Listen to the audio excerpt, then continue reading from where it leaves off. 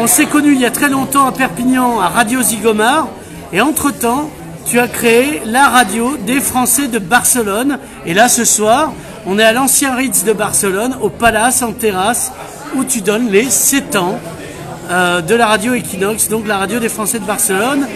Donc, si on s'en tient en grade maçonnique, ça y est, t'es passé maître. Alors, c'est pas moi qui ai choisi le nom de Radio Zigomar. J'ai repris les choses comme elles étaient, mais c'est vrai, c'était une radio associative à Perpignan, et c'est dans les radios associatives où on apprend le plus de choses.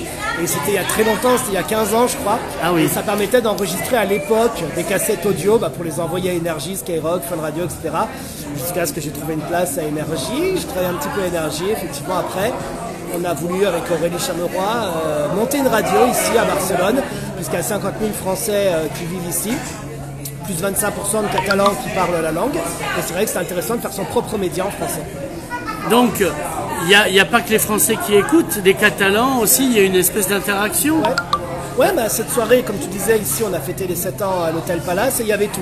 Il y avait des Catalans, il y avait des Espagnols, il y avait des Français, il y avait des indépendantistes, des non-indépendantistes. On avait la présidente de l'ANC. Aussi, la présidente de l'Association nationale des Cataloniens. Elisenda. Voilà, pas mal de conseillers municipaux de Perpignan, des députés régionaux catalans aussi. Ouais. Et ça, c'est Equinox, c'est mélanger des Français, des Catalans. Ouais, des Anglais aussi. Des Anglais. Des indépendantistes, des Belges aussi, des Belges, oui, bien sûr, on salue les Belges, les Suisses, les Canadiens, les Africains francophones aussi. Alors, c'était quoi l'objectif il y a 7 ans, et là où tu es arrivé, et qu'est-ce que tu veux faire après? Au début, Equinox, c'était qu'une radio, c'est-à-dire que le média, il se transcrivait que par la radio. Après, on a vu que les besoins du public, c'est d'avoir beaucoup d'écrits. Donc, on sort pas mal d'écrits. Des articles, voilà, des articles, des reportages en écrit. Et on s'adapte aux besoins du public. Ce que tu es en train de faire là, des vidéos, nous aussi, on fait des vidéos. Et voilà, donc c'est faire évoluer toujours le média à 180 degrés sous toutes les formes possibles. Qu'est-ce que tu souhaiterais faire maintenant, auquel tu n'es pas encore arrivé à Barcelone?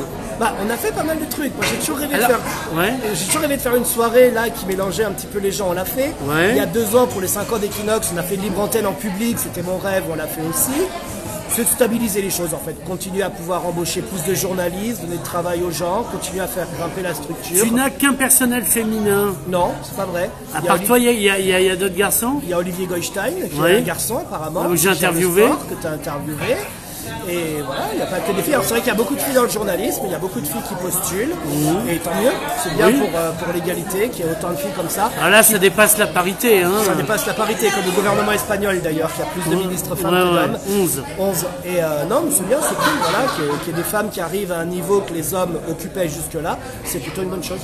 Et alors donc, combien t'as d'auditeurs là maintenant? 10 000 par jour, 10 000 connexions par jour. 10 000 connexions par... Oui, parce que comme c'est radio, on mélange articles, vidéos... Entre les podcasts, les articles, les vidéos, la radio, on fait 10 000 par jour. Ouais, moi j'en fais 10 000 par mois, tu vois. Mais peut-être demain t'en feras 10 000 par jour aussi. Donc, qu'est-ce que tu souhaites faire? Au début, c'était plutôt commercial et c'est devenu pas une radio politisée, mais politique, parce que grâce à toi, on a bien pu suivre l'actualité de l'indépendance.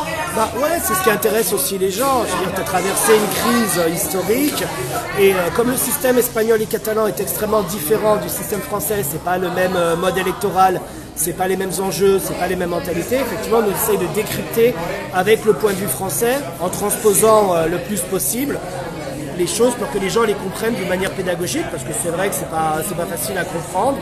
Et voilà, on essaye de... Est-ce qu'à Paris, on t'a contacté justement pour...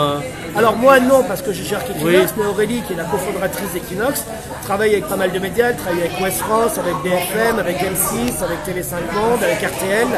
Et donc oui, c'est sûr que la crise indépendantiste, ça a boosté aussi les participations médias d'Aurélie.